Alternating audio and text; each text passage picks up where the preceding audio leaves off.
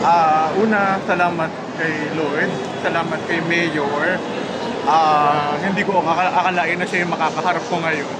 At the same time, napaiyak ako kasi tinitigan niya ako eh. Sabi niya, kung bibigyan ba kita ng pangangailangan mo, makakarinig ka na, which is 130,000. Makakabili ka na ng hearing aid. So sabi ko, opo, yun. Doon ako naiyak. Doon ako naiyak sa kanya. So yun, thank you talaga kay Mayor. Saka sa Paagapay program. Magkano po binigay sa 130. Ang kailangan ko 180. Pero nag-grant na ni SSS yung ni DSWD last month, which is 50,000.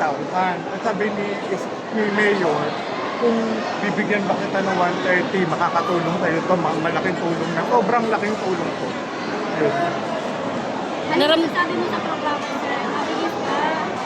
Ano niyo po nalaman ito programa? Nilapit ako ni chairman namin, Barangay 69, kay Chairman Marie. Maraming salamat. And yun, doon ko nalaman na mayroong program na ganito. Saka yung mga pinopost niyo, na nalaman ko rin na may kaagapay program. Kaya maraming salamat. Malaking tulong sa akin. Thank you.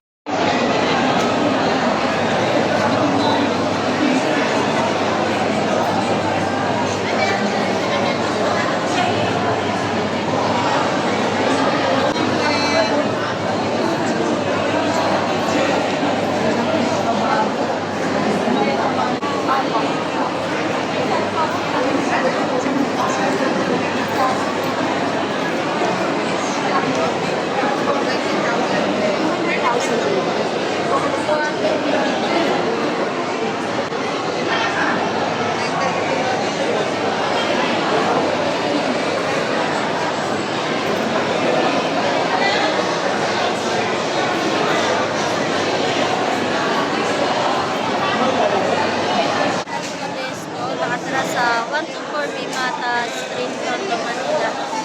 Nilapit ko po para sa aking anak na may thyroid cancer. Yun lang po.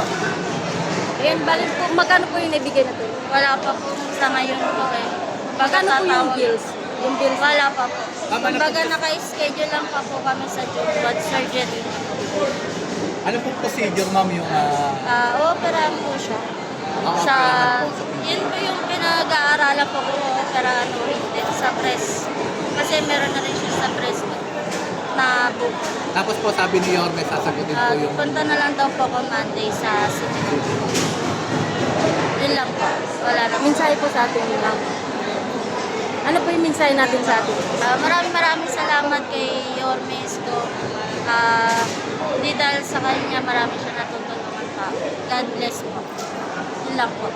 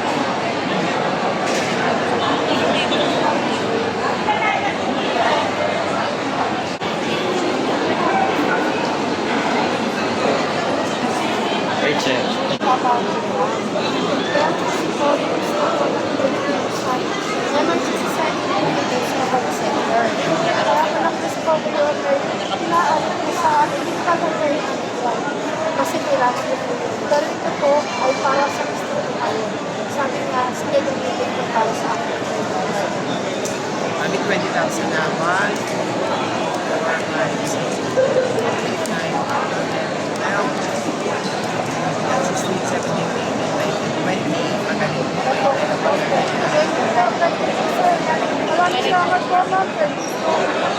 Paano ba? Cas Moisilio, residente po ng Barangay 79 Zone 7 sa Tondo, ng Barona. Lumapit po ako kay Yorme para sa angiogram po sana, pero nagkaroon po ng pagbabago dahil ang mister ko po ay na-emergency surgery kagabi sa Philippine Heart Center. So yung para po sa angiogram na hinihingi ko, pinakiusap ko po kay Yorme na sa asawa ko na lang po muna ko ibibigay. Kaya po itong natanggap ko ngayon na tulong ni Yorme, asawa ko po muna yung gagamit. Yung pong angiogram na iniaalok niya sa akin, sa susunod na lang po, pag okay na ang mister ko. Kasi wala pong mag-aalaga sa mister ko kundi ako din. Kaya po hindi kami pwede magsabay na magkaroon kami ng sakit. Kaya malaking tulong po, nagpapasalamat ako kay Yorme dahil dininig din po ng Diyos yung dalangin ko na matulungan ako para po sa asawa ko. Thank you, Yorme. Hindi ka po namin makakalimutan. Maraming salamat po. Thank you po. Salamat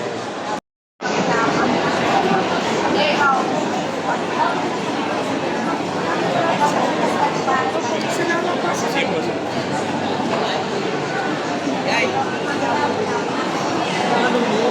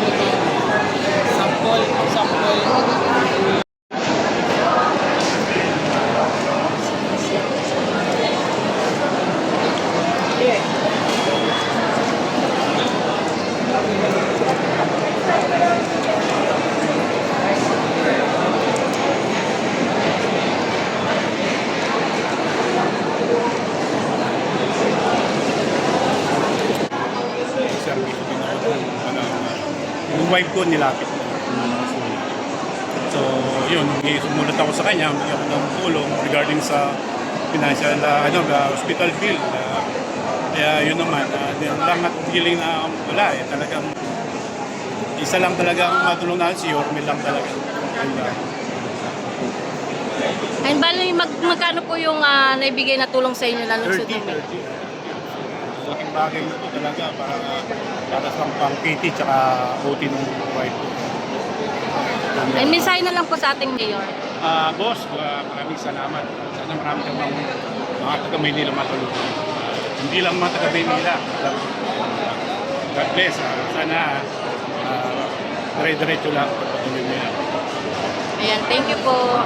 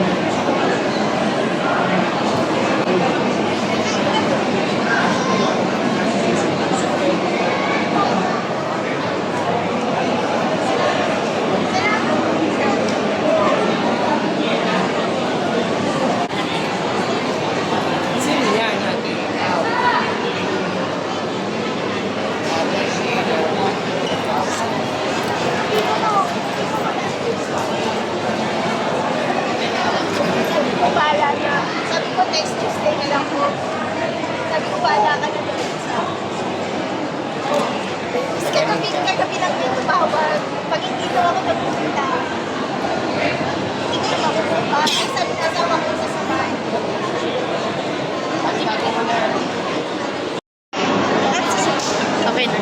Ay, ako po si Rosely Santos sa Barangay 85 po. Binigyan po ako ng pangkimo ni Mayor na 100,000. Bale, ano po yung nilapit nyo sa kanya? Pangkimo ko. Mensahe. expect niyo po ba ma'am na makakatanggap kayo ng ganito kalaki? Hindi talaga. Kaya, kasi kimo ko dapat ng Tuesday. Inuna ko yung PET scan kasi lagpas-lagpas na yung request na doctor. Tapos pili ako ng mga pads. Tapos nung sabi ko dun sa on ko, sabi ko hindi ako makakapagpakimo kasi wala pa akong gamot. Tuesday na lang. Wala pa rin akong gamot. Tapos sabi ko, Lord, di ko na bahala. Tapos tumawag kagabi, sabi sa akin, mapunta kayo dito sa school. Pag hindi po kayo nagpunta o hindi nyo na makukuha yun, kahit pumunta kayo sa City Hall. Tapos sabi ko, kahit hindi ako nakakalakad kasi yung masakit yung paa ko, nahihirapan talaga ako. So answered prayer kayo. Sobra. Mga pangilang chemo to ma'am? 116. Maintenance 16 session.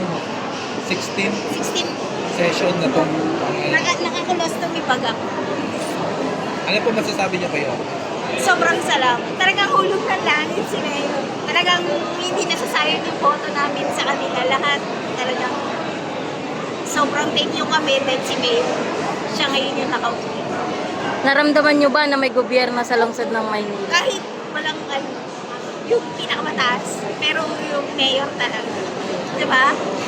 Kasi dati na yung pandemic, diba? Talagang hindi tayo pinabayaan hanggang ngayon. Hanggang ngayon na nagkasakit ako kasi hindi ko naman expected din na magkakasakit talaga ako. Kasi ngayon unang lapit ko kay Mayor. Grabe talaga, sobrang thank you Lord. Overwhelmed na overwhelmed. Sobrang thank you kay Mayor. Talagang yung blessing talaga sa akin ni Lord kahit may sakit ako hindi naman. Sa mga taxpayer din. Opo, syempre. Sa lahat ng taxpayer, kaya tayo nabibigyan ng biyaya, ng tulong, ng funds, para sa pagpapagamot. Sa lahat, sa amin na may sakit kami. Talaga nagpapasalamat kami sa lahat ng tulong sa amin. Thank you po ma'am. Magpagaling po kayo ma'am. Salamat din po sa inyo.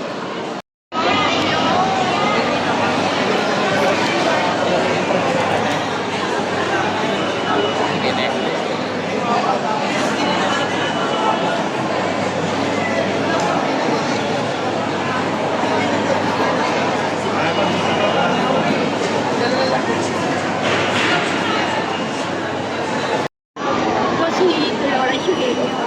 Humingi ng tulong kay Yorme. Nagpapasalamat ako dahil binigay niyo yung malaki nakakabawas sa gastusin ko. Kaya taos puso po ako nagpapasalamat sa ibinigay niyong tulong sa akin. Ay, bali magkano po yung binigay na tulong ng ating lungsod ng Manila? 78. 78,000. Ayan. Ramdam nyo po ba na may gobyerno sa lungsod ng Maynila? Kay Yorme po. Kasi marami na po akong nakapitan. Wala namang tugon. Kay Yorme lang. Kaya nagpasalamat po ako sa kayo. Bali, ano po yung lapit nyo, Nay? Ano po ako yung endoscopy, ultrasound biopsy. Kasi yung lapay ko, titignan nila kung cancer rate. Pero may cancer na ako, stage 4, carcinoid tumor. Yung po, una kong sakit na nag-diagnose sa akin na mayroon akong cancer. Ngayon ang titignan sa akin naman yung lapay ko, yung cancer. Ayan. Mensahe na lang po sa ating Yorme. Mensahe po sa kanya. Ano po yung message? Maraming salamat po kay Yorme sa pagbibigay ko sa kanya ng sulat. Natugunan niya po rin ng madaling-madali para mapagamot po ako. Maraming po salamat sa inyo. Ayan. Thank you po.